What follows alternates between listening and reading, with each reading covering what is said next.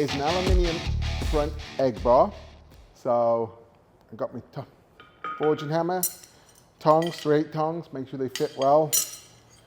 Got a stamp and a pritchel. I've got some nails I've cut off the length to finish my nail holes. I've got some welding flux, and I got some 40-43 welding rod. Okay, so that's aluminium welding rod and aluminium welding flux. I marked the middle. I've marked it 1 3/4 of an inch from each end. So it's 15 inches long. I've marked the middle and 1 3/4. That's on my formula on how I make bar shoes, get the heel and the shoe in proportion.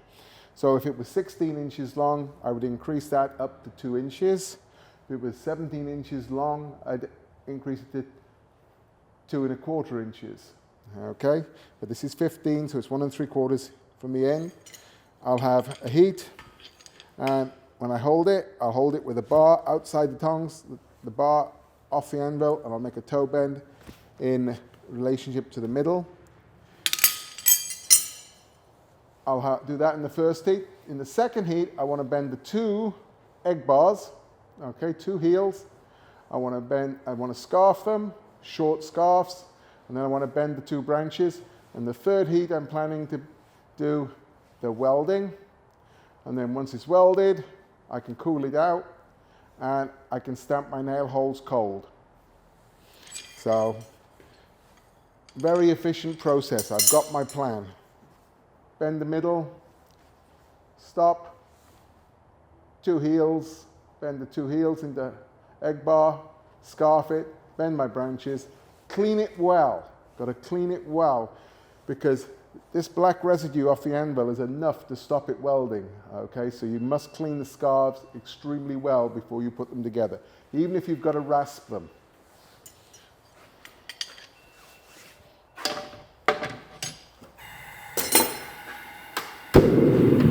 See if aluminium's hot enough, I take my hammer handle and run it up and down.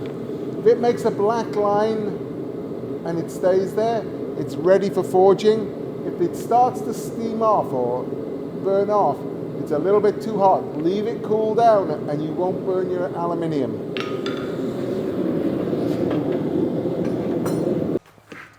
I can see now, see if it's hot enough.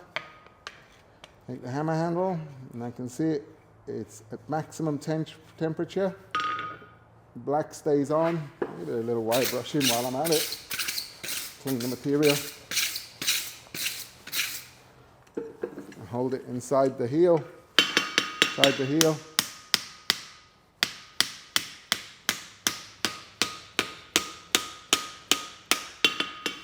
Get my toe quarters.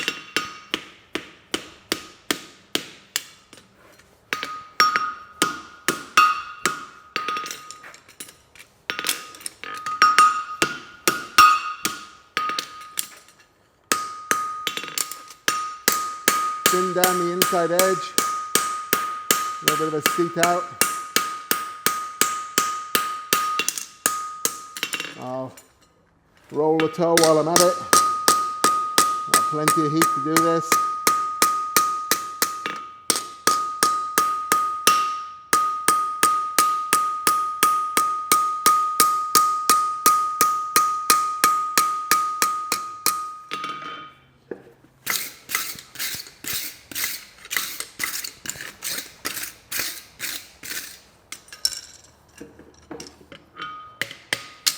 I've got my toe bend and my roll toe. Now I'm going to have one heat, get the 2 heels warm, and then I'll make the rest of the shoe.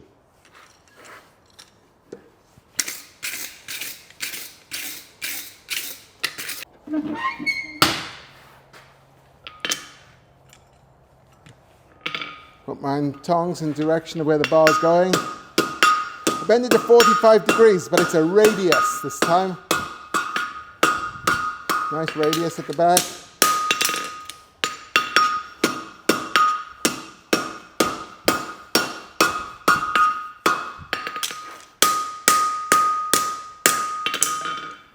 Give it a little clean.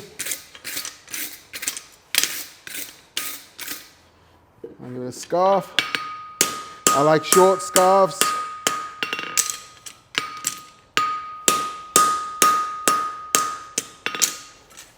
Now I bend my branch.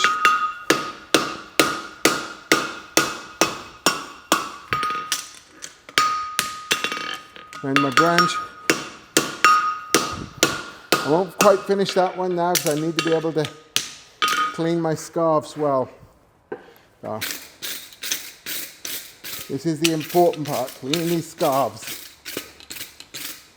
If you're not sure, just take a rasp and clean the surface. Any black stuff off the handle will stop it welding.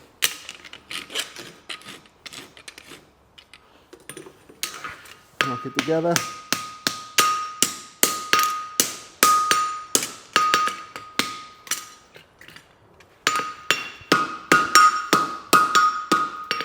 I get my scarves together as much as possible right now. Again, I'll give it another clean, because I want that very clean. And with an aluminium weld, you do most of your forging before you do the welding, where you want to save all the thickness for your steel welding.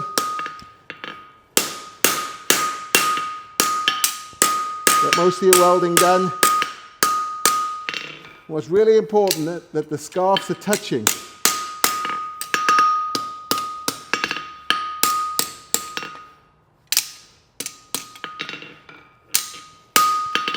The reason it's got to be touching is when the aluminium rod melts, it's liquid.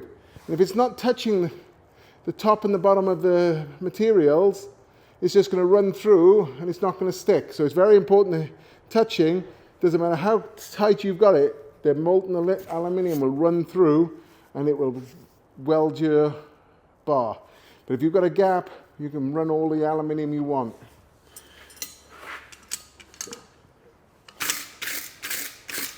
Again, I'll preheat it now, then I'll put my flux on.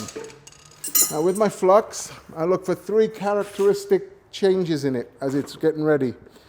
When I put it on, it'll just be powdery. You can make a paste out of it if you'd like. We'll put a little bit of water to make a paste, but it makes no difference. It'll go through the stages. It'll go, as it gets hot, it'll start to go crispy. Once it's gone crispy, then it'll turn to liquid. As it turns to liquid, it's telling you the parent material, the weld, is ready for welding. You can push your welding rod all you want, and until that's ready for welding, until it's got the correct temperature, it will not weld. So, and what I think about doing when I'm by the fire is my welding rod, I feed it like I'd be arc welding. And I run it along the edge, back and forth, turn it over, run it through, and I just think about it like arc welding. If you push too hard, it just wads up. So it's very important that you just take your time. I've turned the pressure down on my fire now, so it's not heating too fast, and we'll be welding right on the edge of our forge.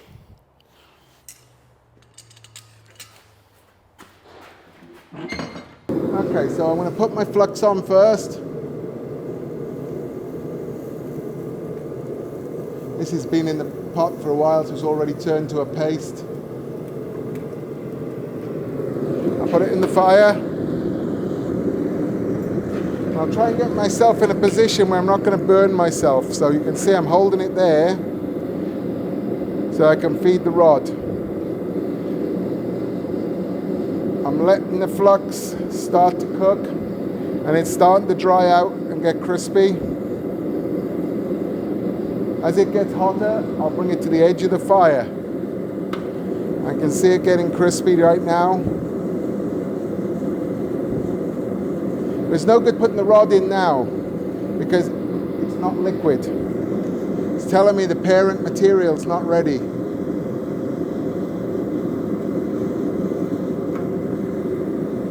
Starting to run.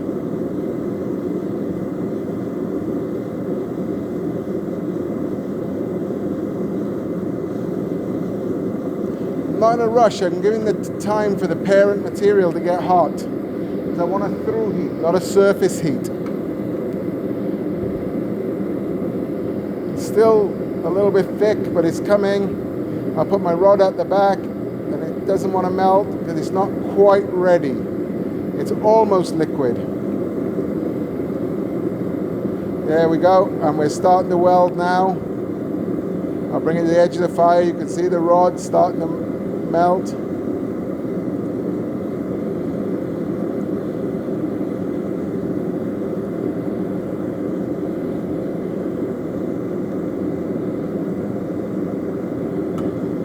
I feed it in. You can see me put the shoe into the fire a little bit and bring it to the edge. You can see it welding right there outside the fire.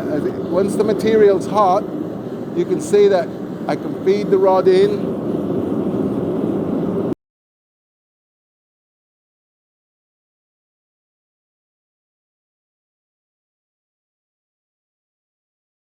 Melting. And that's it. The scarf's all gone. A little bit more there, so I'll just feed a little bit more rod in.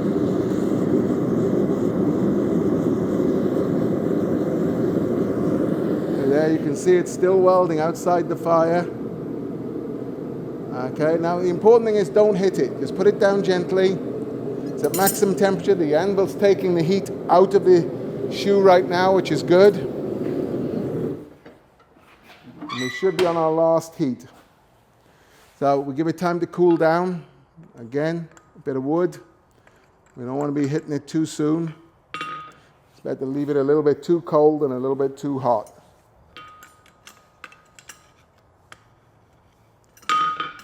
I'll give it a little wire brush.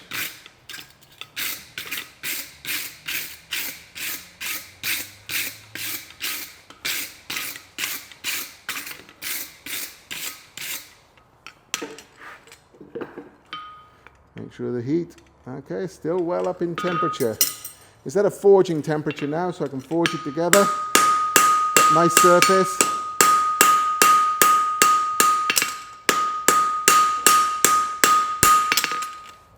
And forge it around the horn.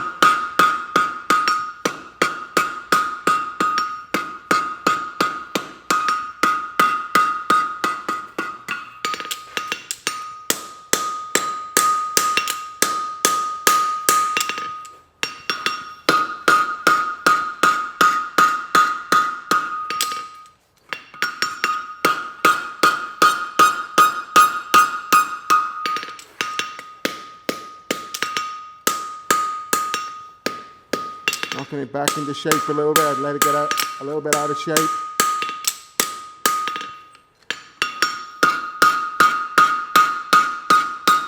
Nice radius in the back of it now. Up the horn, on the horn, and down the horn.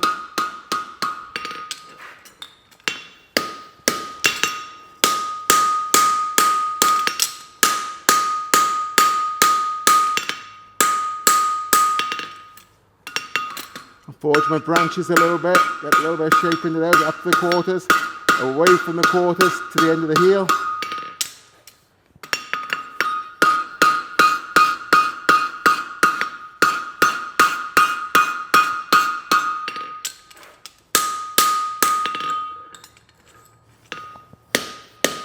Again, I like to knock down the inside edge. I don't like that sharp. So that's on the ground surface, so when it lands, the dirt slides out of it.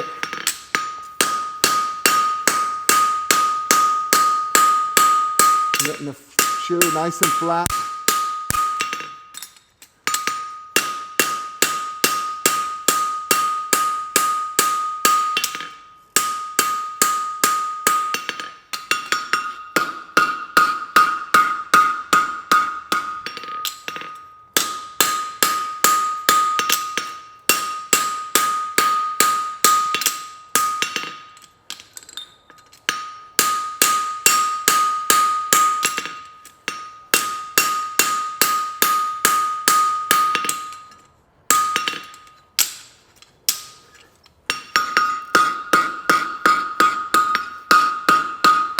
Lots of work on it now because I can cool it out if I want.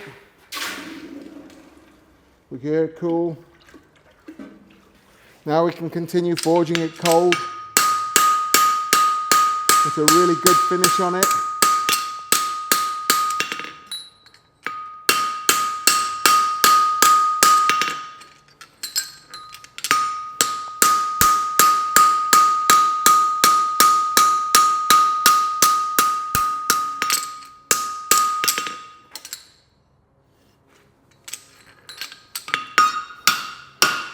Just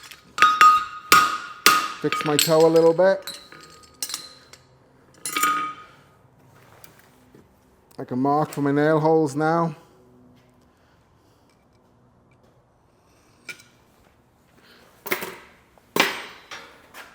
Take my stamp, I don't have to stamp very deep.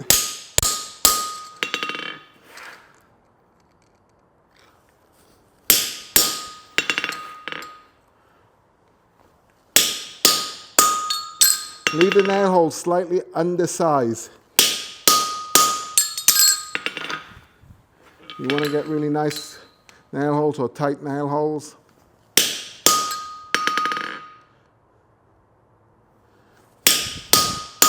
Want them all the same.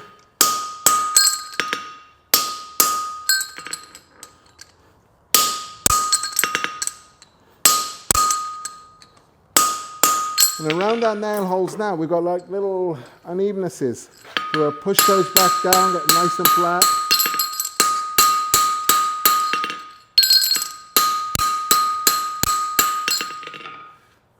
I'll take my Pritchell now. It's a feeling.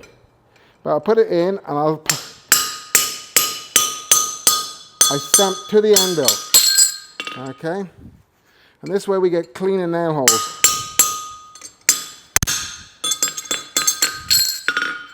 And you can see it came right out. If you go straight to the hole, you'll end up with having a hard time.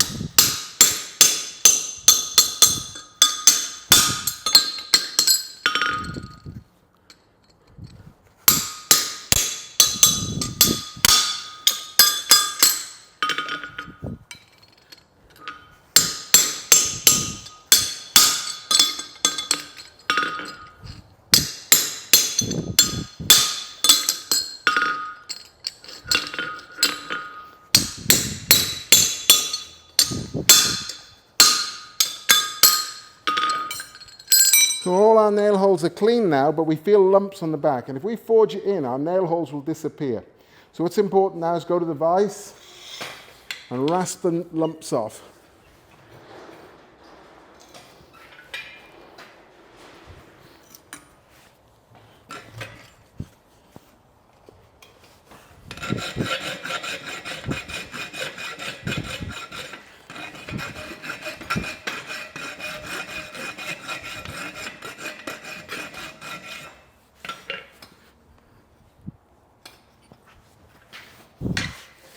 So now when we level it, the nail holes don't close up.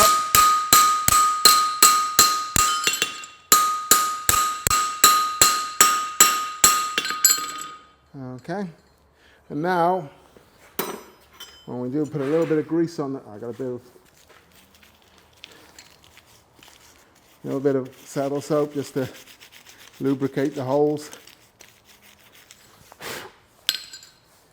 And I can put my nail in.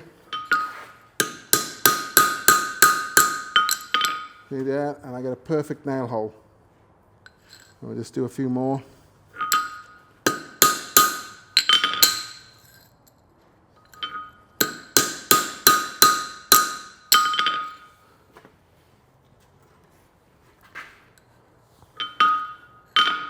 Pitched head nails, so make sure that you put them in correctly, just like you drive them.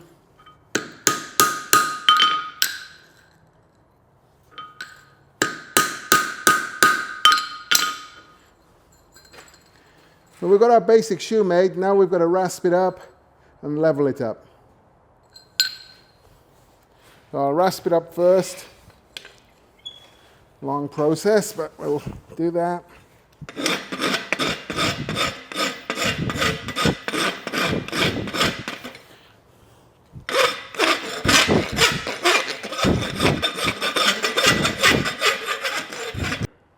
I wouldn't normally clean up my shoe quite this much, but the horse would do that for me. But got me front egg bar, roll toe, all ready to go.